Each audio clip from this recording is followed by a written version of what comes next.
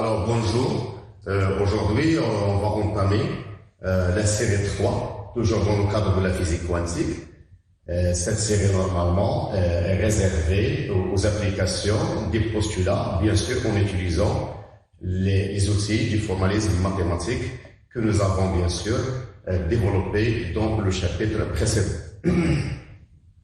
Alors, on se propose dans ce problème d'étudier le comportement d'une particule piégée dans un puits de potentiel de profondeur infinie.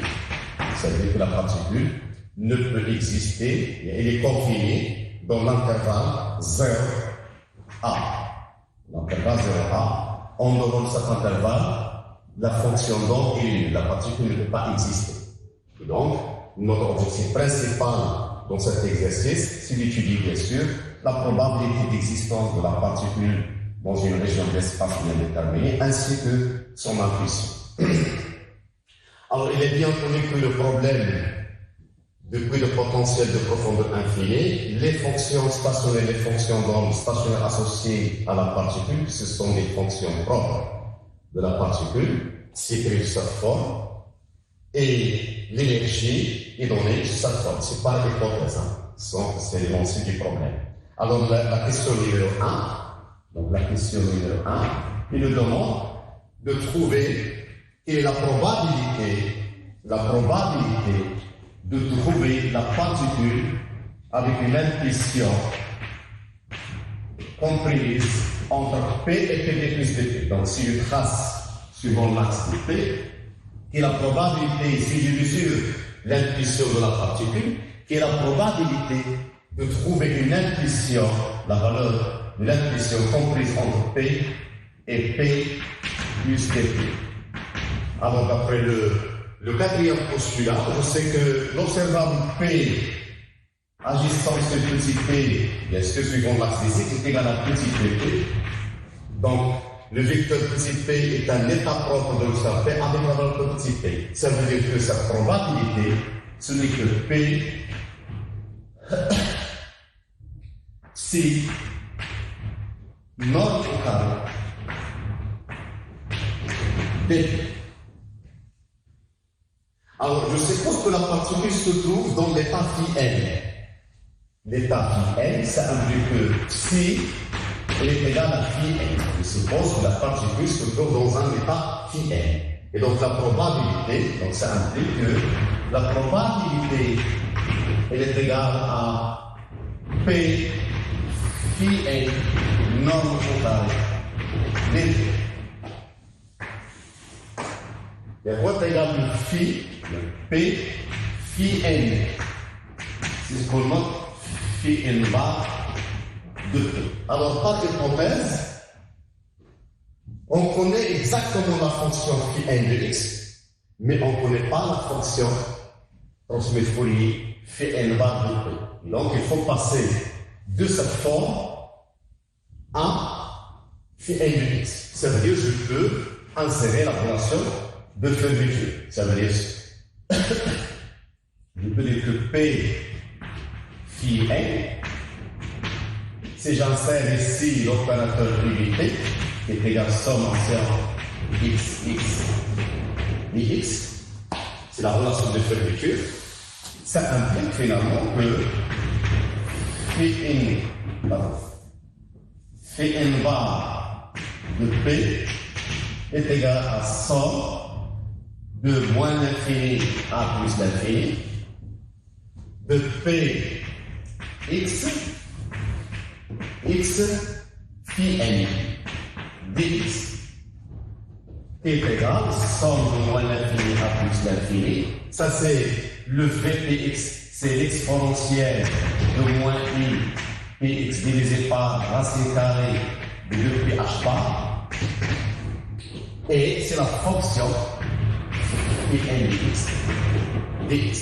Et donc finalement, je trouve que le phi n de P bar est égal, parce que en dehors de l'intervalle 0A, la fonction continue, et donc la sommation se réduit à 0A exponentielle de moins i px divisé par h bar, divisé par racine carrée de 2pi h bar, et la fonction de n de x qui est connue, dx. Et donc, je peux remplacer la fonction de n de x par son expression qui est donnée par racine de 2a, racine de 2 sur a, et sinus de n pi x divisé par a. N pi sur a, x. C'est donné par l'hypothèse. D'accord? Et donc, pour calculer cette intégrale, il vaut mieux de remplacer la fonction sinus n pi divisé par ax et est égal à l'exponentielle i n px sur a moins l'exponentielle moins i n px sur a et le tout divisé par 2i. Donc, tout calcul fait, donc ça implique finalement que la fonction phi n bar de p elle est égale à 1 sur 2i racine de a divisé par pi h bar exponentielle moins i pi a divisé par 2h bar moins n pi sur 2 et fonction f p moins n pi h bar sur a plus moins 1 à la puissance n plus 1 la fonction f de p plus n pi h bar divisé par a ou la fonction f de p c'est la fonction sinus cardinale de PA divisé par 2H bar divisé par PA divisé par 2H bar. Et bien connu que cette fonction s'annule, je rappelle que la fonction f de x égale sinus de x sur x et pour la valeur 1, il tend vers 1 lorsque x tend vers 0. C'est-à-dire qu'il est maximal lorsque x tend vers 0. Ça veut dire que ces fonctions sont maximales lorsque p égale à n ph bar divisé par a, ou bien p égale à moins n ph bar divisé par a, qui correspond au maximum de la probabilité. Et la probabilité finalement, c'est la norme de phi n de p au carré. Donc maintenant, cette probabilité, tout simplement, c'est la norme au carré de phi n de p au carré, multiplié par dt. Et donc, on peut calculer cette densité de probabilité en calculant la norme au carré. Donc, ce terme-là disparaît.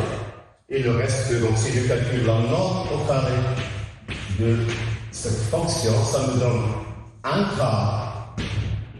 Et là, c'est a divisé par h bar. La norme de ce terme est égale à 1. Et donc, on aura a divisé par 4pi h bar et la norme au carré de ce terme, c'est la norme au carré. Voilà, et bien, ce qui est important, c'est que la fonction phi n de p est paire, c'est une fonction paire pour les n impaires et impaire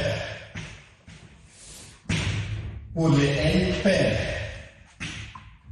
Ça veut dire pour les n sont des entiers impairs. Par exemple, n est égal à 1, 3, 5, etc. Et il est impair pour les n pairs. Ça veut dire quoi? Ça veut dire que la valeur moyenne de P, ça c'est la probabilité qu'on peut tracer déjà à l'état fondamental. Donc pour n égale à 1, on peut montrer que cette probabilité possède un maximum pour P égale à 0. Lorsque n égale à 1, c'est-à-dire l'état fondamental, donc il possède bien sûr un maximum pour P est égal à à 0.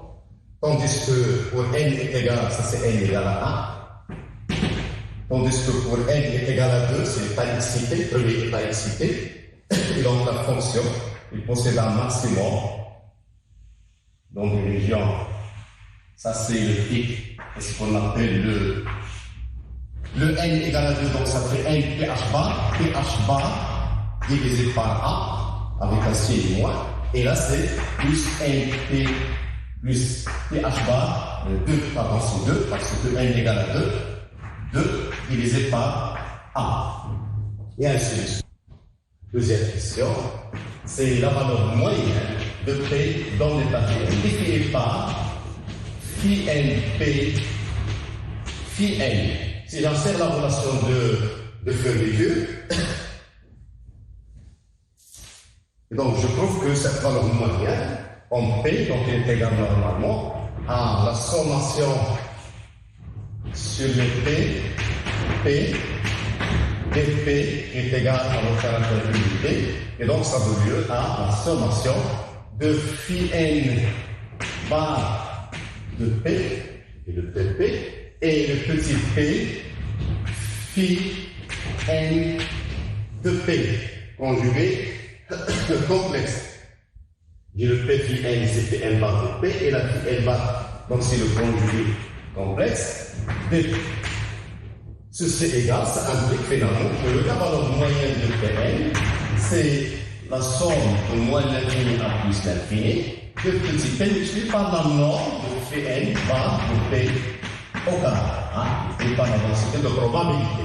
Donc si on fait le calcul, parce que si Pn bar de P est pair pour les n ampères et ampères pour les n paires, mais quand je lève au carré, c'est-à-dire la norme au carré est toujours paire, et comme le P est ampère, quand je somme de moins l'infini à plus l'infini, donc automatiquement la valeur moyenne est égale à 0. Égale à 0. Alors, l'autre question, c'est les cas quadratiques moyennes, delta P à n, qui est défini normalement par la racine carrée, je calcule la norme au carré, c'est le delta P au carré, c'est la valeur moyenne de P carré, cette fois-ci dans n, moins la valeur moyenne de P n au carré. Alors la valeur moyenne de P n au carré est égale à 0. La valeur moyenne de P carré n est égale à la somme de moins l'infini à plus l'infini de P carré la norme de Pn de P au carré de P. Donc je peux utiliser cette méthode et j'ai la fonction Pn de P au carré, ou bien je peux simplifier la tâche en insérant la relation de fermeture. Je sais qu'en représentation 1, j'insère ici le phi n et j'insère la relation de fermeture, c'est x dx. Ça c'est l'opérateur unité. Et là j'ai le P carré et phi n. Et donc, en représentation x, le P carré se comporte comme h bar divisé par i. Et donc, ça fait moins h bar carré sur le deuxième Laplacien. Et donc, cette quantité donne lieu à sommation de moins l'infini à plus l'infini de phi n étoile de x. Mais je sais que la fonction d'onde est réelle, donc son conjugué complexe est lui-même. Et là, j'ai moins h bar carré divisé par moins h bar carré Laplacien, c'est-à-dire moins h bar carré, dérivé de 2 par rapport à x2, et la fonction phi n de x et du verbe et le dx. En n'intégrant pas de partie, on peut montrer que ceci est égal à une sommation de moins l'infini à plus l'infini de la norme, la dérivée de phi n de x par rapport à x, norme au carré dx. Et comme la fonction d'onde est nulle à l'extérieur, en dehors de l'intégrale 0a, et donc cet intervalle se réduit, et cet intégrale se réduit bien sûr à sommation de 0 à a de la norme de phi n de x au carré dx. Donc à tout fait, on peut montrer que le delta p n est égal à n pi h bar divisé par divisé par A. Donc c'est l'écart quadratique moyen qui dépend bien sûr de n. Qui traduit effectivement, donc si j'ai la valeur moyenne qui est nulle, donc ça c'est la valeur moyenne de P, elle est nulle, c'est le 0, et donc l'écart quadratique moyen, ce sont les fluctuations autour de cette valeur moyenne. Ça veut dire que les fluctuations est de l'ordre de NP H bar divisé par A. Alors l'autre question, c'est si je suppose maintenant que la fonction AT égale à 0, si AT égale à 0, la fonction psi de 0 elle est égale à 1 divisé par racine de 2, et cette fois-ci je superpose l'état fondamental phi 1 ainsi que le premier état xité psi 2. On se propose de calculer, si vous voulez, la valeur moyenne de l'opérateur position suivant l'axe des x à un instant t donné. Et donc tout d'abord, il faut calculer l'état à l'instant t. Donc c'est pour cela, dans une question présente, on vous demande de calculer l'état à l'instant t. Alors l'état à l'instant t est égal normalement à l'opérateur d'évolution UP B0, cette fois c'est égal à 0, appliqué à l'état à l'instant t égal à 0. Alors, comme vous le constatez, que l'énergie de la particule plongée dans un puits de potentiel de profondeur infinie ne dépend pas du temps. Et donc, je peux dire que ceci, le caractère d'évolution, c'est l'exponentielle de moins i divisé par h bar h p appliqué à l'état psi de 0. Or, les états T1 et T2 sont des états propres de la Newtonienne associés à la particule. Et donc, je peux calculer facilement le psi de t. Ça veut dire que, tout simplement, si le t est égal à 1 divisé par racine de 2, exponentielle de moins i sur h bar ht appliqué à phi 1. Phi 1 est un état propre de la Newtonienne, et donc, exponentielle moins i sur h bar E1, qui est la valeur propre associée à V1, et aussi une valeur propre associée à V1. Donc j'applique le théorème qui dit que si Vn est un état propre de A, ayant AN comme valeur propre, phi n est aussi un état propre de f de A, mais ayant comme valeur propre f de A n.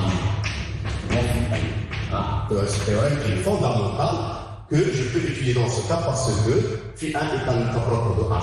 Ça veut dire que l'action de cette exponentielle sur phi 1 me donne exponentielle de moins i divisé par h bar l'énergie E1, l'état fondamental, plus le deuxième terme de la même manière, c'est l'exponentielle de moins i divisé par h bar, l'énergie E2 P et suivant phi 2. Pourquoi? Parce que phi 2, c'est le deuxième état excité, c'est un état propre aussi de la Newtonienne et la Newtonienne ne compte pas du temps, donc je peux remplacer ici h par sa valeur propre qui est le E2. Voilà l'expression de la fonction psi de t. Maintenant, je peux calculer facilement la valeur moyenne de x à l'instant t. Alors, c'est quoi cette valeur moyenne? Et donc, la valeur moyenne de x à l'instant t, tout simplement, sur le bras psi, x, bon, psi de t, pardon, psi de t, grand x, psi de t divisé par le psi t psi t, hein, mais, comme vous le constatez, psi t psi t est égal à psi 0 psi 0 est égal à 1. Et énorme parce que psi 0 psi 0 et aussi est égal à 1, c'est ce qu'on appelle la conservation de la probabilité globale. Et donc le psi de t est égal à 3, donc c'est le conjugué complexe, donc c'est 1 divisé par racine de 2. toujours c'est l'exponentielle, cette fois-ci plus I divisé par H bar 1T, et suivant le Φ1, suivant le graphe 1 plus exponentielle de plus I divisé par H bar E de T suivant le Φ2.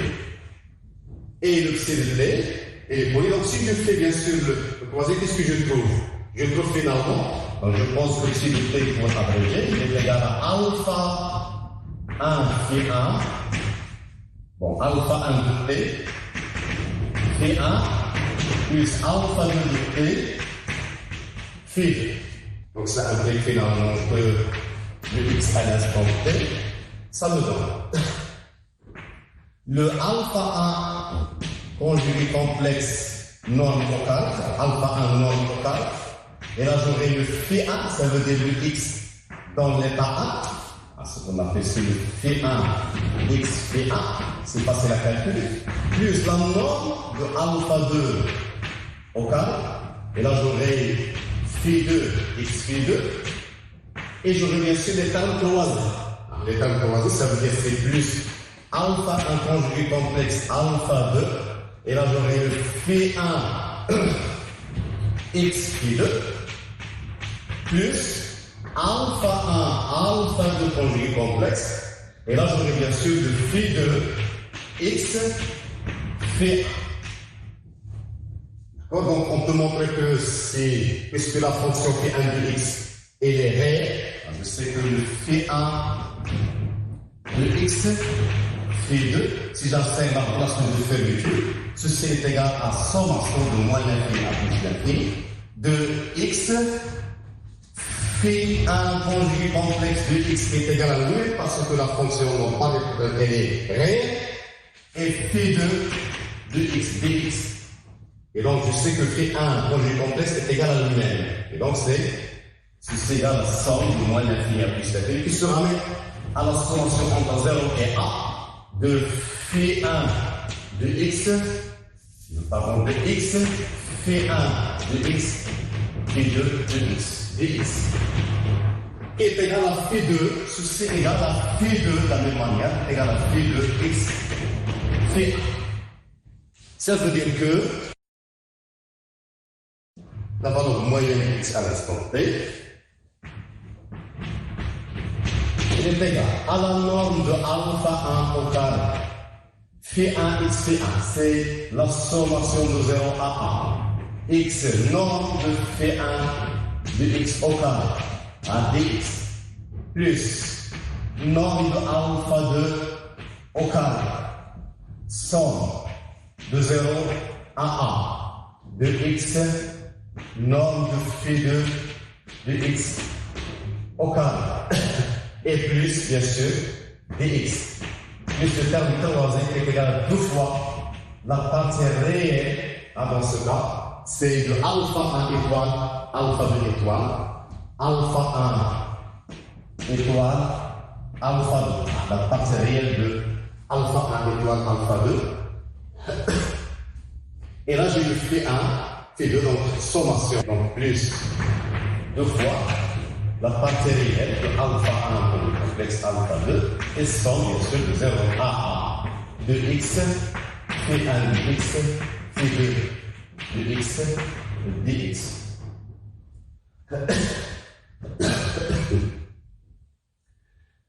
Et donc, on peut montrer que la valeur moyenne, donc tout calcul fait, ceci montre que, donc il suffit de remplacer Φ1 de x par son expression. Je rappelle que Φ1 de x est égal à racine de 2 divisé par a plus de px divisé par a, tandis que Φ2 de x est égal à racine de 2 divisé par a et la fonction sinus de 2 fois px divisé par a. Et donc, on peut intégrer facilement ces quantités, ce qui donne finalement que la valeur moyenne de x à l'instant t est égale à 1 sur 2 moins 16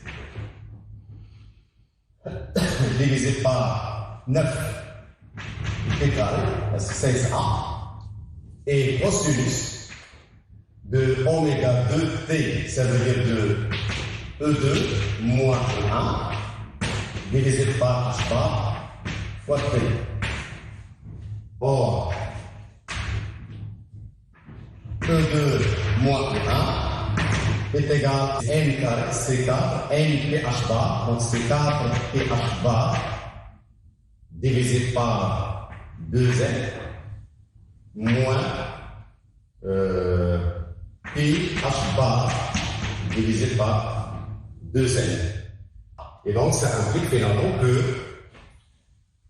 la valeur moyenne de x à l'instant t est égale à A divisé par 2 moins 16A divisé par 9P au carré et cosinus. Et donc, 4P, donc ça fait 3P H bar divisé par 2N. Donc, c'est 3P, pardon, c'est 3P. 3P H bar divisé par 2N. Et je divise par H bar. Donc je divise par H bar, donc le H bar simplifié et multiplié par le temps. Donc voilà la fonction, la valeur moyenne de la position à l'instant T. Alors, ça veut dire quoi? Ça veut dire que la valeur moyenne qu'on va le constater à l'instant T est égale à la somme des amplitudes, mais plus le terme d'interférence. Hein? Le fait 1, fait 2, c'est le terme d'interférence. Ça veut dire que la fonction, c'est une superposition de deux ondes planes, la superposition de deux ondes planes dans la région 0A. Le premier, c'est l'état fondamental et le premier état excité, ce qui donne lieu à un phénomène d'interférence qui se traduit par le terme en cosinus. Donc, je vous remercie et la prochaine fois, je vais entamer un deuxième exercice, toujours dans le cadre de ce travail. Merci.